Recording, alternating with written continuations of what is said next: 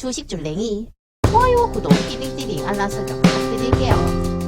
주식줄랭이 좋아요, 구독, 띠링띠링 알람 설정 부탁드릴게요. 함께 공부합시다. 네, 안녕하십니까. 주택친교여행 IC 줄랭이입니다. 본 영상 컨텐츠는 리딩이나 정보 추천이 아닌 주린이의 공부하는 모습을 담은 성장 컨텐츠이니 절대 따라하시면 안됩니다. 주식 매매 책임은 본인에게 있습니다. 네, 영상 보시기 전에 좋아요, 구독, 띠링띠링 알람 설정 그리고 후원도 잊지 말아주세요. 네, 여러분 오늘 장은 어떠셨나요? 네, 오늘 장은 좀 안 좋았죠. 어제 양봉이어가지고 오늘 이제 드디어 다시 올라가나 했더니만 그런 게 아니었어요. 그래서 이렇게 쭉 밀리는 모습으로 마감되신 거 보실 수 있고요. 수급의 주체를 봤더니만 일단 코스피 같은 경우는 개인이 매수했고요. 외국인과 기관계가 매도한 모습 보실 수 있고, 코스닥 같은 경우는 개인과 기관계가 매수를 했고 외국인이 매도한 모습 보실 수 있습니다. 환율을 꼭 체크해 봐야겠죠. 그래서 환율이 조금 떨어졌었는데 다시 또 아주 치솟아 올랐어요. 그래서 지금 1,300원 이상에서 시작을 한 이후에 변동폭은 조금 있었지만 계속 1,300원 위에서 머물러 있는 모습 체크해 보실 수 있고, 이게 오늘 그래서 지금 1,305.5원에 머물러 있는데 이 상태에서 또 어떻게 움직일지 계속 지켜봐야 될 것 같아요. 그리고 이제 미국 국채 금리가 급락을 했대요. 그래서 연준이 끝내는 인플레이션을 잡겠지라는 이제 그런 기대감이 있다라는 거예요. 그래서 지금 보시면 인플레이션을 잡고 연준이 끝내 잡고 내년에는 기준 금리 인하로 돌아서지 않겠는가라는 이 기대감이 반영이 돼서 이렇게 미국의 국채 금리가 급락을 했다라고 지금도 얘기가 나오고 있는 거 체크해 보실 수 있고요. 네, 이런 것들은 하나의 기대이기 때문에 언제든지 진짜 손바닥 뒤집듯이 뒤집을 수 있다는 거 다들 알고 계시죠? 그래서 이런 기사들이 일단 떴다는 거 체크해 보실 수 있고요. 바이든 같은 경우는 일단 인권 원칙을 어기고 사우디 왕세자를 만나나 이러면서 지금 아주 골머리를 썩고 있죠. 인플레이션 잡으려면 아무래도 유가를 잡아야 하는데 이 유가 관련해가지고 사우디랑 원래 좀 사이가 안 좋은데 이 사우디에 가가지고 증사를 조금 더 해줘 뭐 약간 이런 식으로 지금 얘기를 좀 해야 되는가라는 것에 대해서 아주 고심을 하고 있는 거 체크해 보실 수 있어요. 근데 이게 증산 요청을 한다고 해도 사우디 측에서 거절할 수도 있는 거죠. 그래서 지금 아주 골머리를 썩고 있는 모습 보실 수 있고요. 이 상태에서 이제 어떻게 또 움직이 될지를 잘 체크를 해봐야 될 것으로 보여집니다.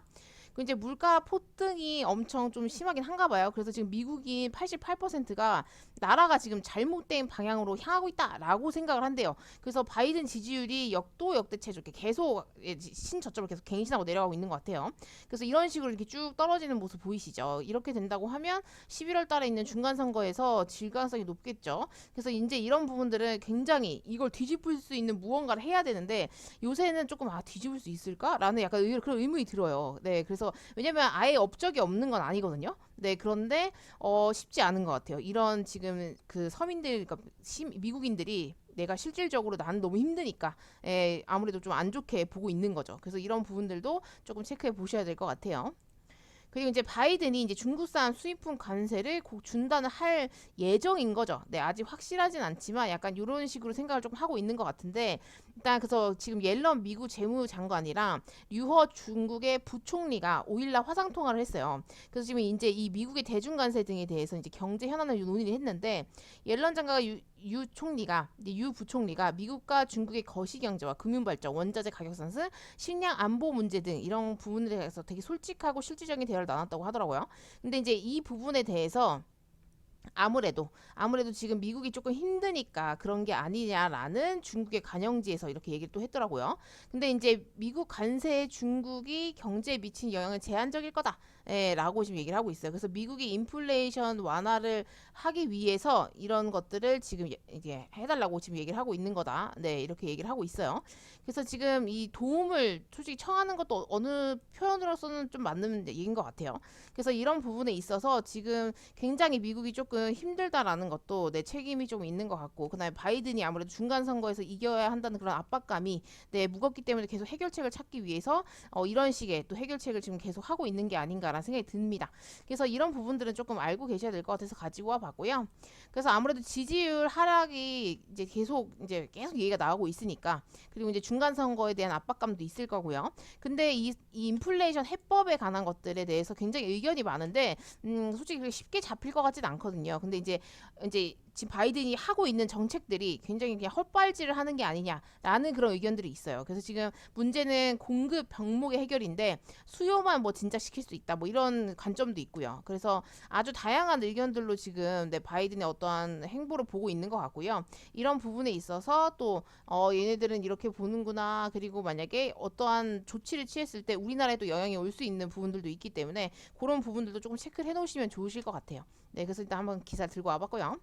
그리고 지금 국토부 장관이요, 우크라이나 의원 대사를 만나서 전후 재건 산업의 논의를 한다고 뭐 이런 얘기가 있었는데, 이 재건 산업 관해서는 우리나라에 한국에 참여 요청을 했어요. 네, 그래서 이제 이 재건 산업에 대해서는 이제 도와주겠다 약간 이런 느낌이에요. 그런데 이제 요 기사가 어제 떴거든요. 어제? 네, 어제 뜨고 근데 오늘 한 번 더 뜬 거죠. 네, 이런 얘기가 오고 갔는데 그리고 나서 지금 장 끝나고 나서 이런 또 기사가 떴어요. 러시아 하원이 우크라이나 전쟁, 네, 물자 동원 법안을 처리한다 뭐 이런 얘기가 나오면서 종전이 멀어지나 이제 이런 얘기가 들은 거예요. 그래서 이건 또 뭔 소린가 하고 봤더니만 말 그대로 이 소진된 물자를 보충을 하고요.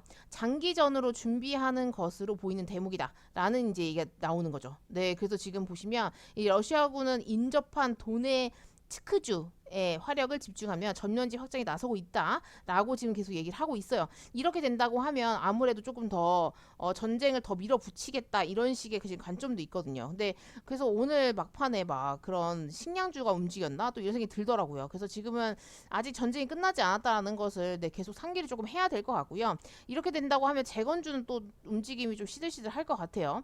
그래서 이렇게 된다고 하면 좀 걱정이네요. 네, 전쟁이 좀 끝났으면 좋겠는데 아주 끝날 생각을 안 하네요. 계속 이런 식으로 기사가 엎치락 뒤치락 엎치락 뒤치락 하면서 막 테마주가 왔다리 갔다리 막 이러니까 좀 힘드네요. 그래서 일단 이런 기사가 있다라는 거 꼭 체크를 해 놓으셔야 될 것 같고요. 이렇게 되면 전쟁이 더 길어지겠죠. 네, 그런 것도 좀 감안하시고 보셔야 될 것 같아요. 그리고 이제 중국에 반도체 팔지 말라고, 반도체 장비를 팔지 말라고 미국 정부가 네덜란드 반도체 제조 장비 업체에 이렇게 압박을 가했다고 하더라고요. 그래서 지금 중국의 반도체 굴기를 이렇게 좀 저지를 하기 위해서 시도로 이제 풀이가 된다라고 얘기를 하고 있어요. 그러니까 뭐 본인들이 필요하면 미국도 이런 식으로 중국한테 우리 관세 인하할게 뭐 이런 식으로 얘기를 하고 근데 또 압박은 압박대로 가하고 있는 것 같아요. 그래서 이게 뭔가 쉽지 않은 상황이고요. 근데 중국이 또 가만히 있을까? 라는 생각도 한번 해봐야겠죠. 그래서 아마 쉽지 않을 것 같죠. 그래서 이런 부분들도 좀 체크해 보셔야 될 것 같습니다. 그리고 지금 윤석열 대통령이 말씀하시기를 북한이 도발 시에 신속 단호하게 응징을 하겠다라고 얘기를 했고요. 2025년까지 병사 월급을 200만 원으로 올리겠다 또 얘기를 했어요. 그래서 이런 부분들은 좀 체크를 해 놓으셔야 될 것 같고요. 아무래도 북한이 도발을 하게 되면 원래 그 전에는 조금 약간 이렇게 약간 달래기 이런 느낌이었는데 아무래도 이번에는 조금 강하게 대응하겠다라는 식의 이에는 이 눈에는 눈 약간 이런 느낌이 더 강해가지고 북한도 조금 생각이 좀 많지 않을까 싶거든요. 네, 그래서 이런 부분들도 좀 체크해 놓으셔야 될 것 같고 핵미사일이나 핵실험 이런 부분에 있어서는 굉장히 예민하게 조금 굴어야 될 것 같아요. 네, 또 가만히 있다가 당할 수 없기 때문에. 그리고 이제 코로나 확진자 같은 경우는 폭증하고 있습니다. 갑자기. 그래서 지금 어제 18,000명에서 또 19,000명으로 지금 올라왔고요. 이 상태라고 하면 이렇게 다시 이렇게 치솟아 오를 수 있어요. 그래서 이런 부분들은 조금 체크를 해 놓으셔야 될 것 같고 걱정이 됩니다. 네. 왜냐면 이제 덥기 때문에 아무래도 에어컨 바람도 막 세고 우리들이 이제 밀집된 공간에 같이 있잖아요. 그래서 그런 부분도 좀 걱정이 돼요. 그래서 지금 일단 확진자 같은 경우는 계속 느는 추세이고 당분간은 확산세로 보고 있대요. 그래서 이런 부분에 대해서 이제 특수 응급 병상을 좀 확보해 달라라고 지금 여기 얘기 중대본에서 얘기를 했고요. 이제 이 상태에서 막 이제 사망자가 증가하고 막 중증 환자가 증가하면 진짜 그때는 다시 또 뭐 이게 거리두기나 이런 것들 진짜 다시 실행해야 되는 사안이 생길 수 있고요.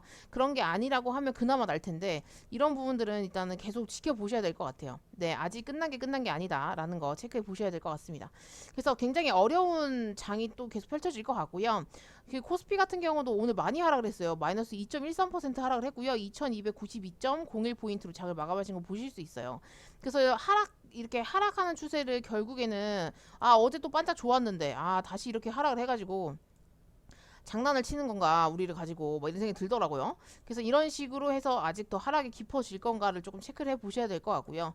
이렇게 된다고 하면 네 밑에 또 열려 있죠. 네 열려 있는 부분들이 있기 때문에 좀 조심하셔야 될 것 같아요. 네 여기서 이제 박스권을 쳐주면 그나마 난데 박스권 안 쳐주고 그냥 바로 그냥 쭉쭉쭉 빠지면 이제는 코로나 전으로 완전 돌아가는 상태가 되거든요. 그럼 굉장히 계좌가 녹아내릴 거라고 생각이 듭니다. 진짜 그리고 코스닥 같은 경우는 오늘 조금 하락을 했는데 0.84% 하락을 했고요. 744.63포인트로 장을 마감하신 거 보실 수 있어요. 그나마 이제 그 뭐 진단 키트나 이런 부분 관련해 가지고 뭐 그런 쪽으로 좀 움직여서 그나마 매수가 좀 들어와가지고 바이오주 이런 대로 그나마 많이 하락을 안 한 것으로 보여지고요. 이 상태에서 이제 원래는 약간 요런 추세였는데 이거를 한번 뚫어 올렸죠. 근데 이제 요렇게 해서 이제 쭉 올라가줘야 되는데 과연 어떻게 움직일지 기술주들이 또 이렇게 올라가주면 어떻게 움직일지 기대가 되고요. 만약에 이 상태에서 또 밀리면 또 아래로 내려올 수 있겠죠. 근데 이제 이렇게 박스권을 조금 만들어주면 그나마 여기서 좀 움직일 때 뭔가 테마주가 돌 때 테마주로 조금 단타를 칠 수 있을 건가 생각을 해볼 수 있을 것 같은데 그런 게 아니라고 하면 되게 애매한 상태가 될 수 있을 것 같아요. 그래서 좀 어려운 장일 것 같고요. 근데 긍정적인 게 딱히 없고 앞으로 전쟁이 더 길어질 수 있다 만약에 그러고 막 코로나 확진자가 더 퍼진다 그러면 이 상태에서 그냥 아예 더 빠진다고 생각을 하셔야 되겠죠. 그래서 그러면 또 여기 앞에 요 앞에 지금 안 좋아요. 690포인트 뭐 이런 데까지도 쭉 빠질 수 있기 때문에 긴장을 놓을 수 없습니다. 그래서 아주 어려운 장이 또 예상이 되고 있고요. 이게 뭔가 사람이 뭔가 기대를 조금 하게 했다가 또 내팽개치고 약간 이런 느낌이어가지고 뭐 그렇게 썩 좋진 않네요.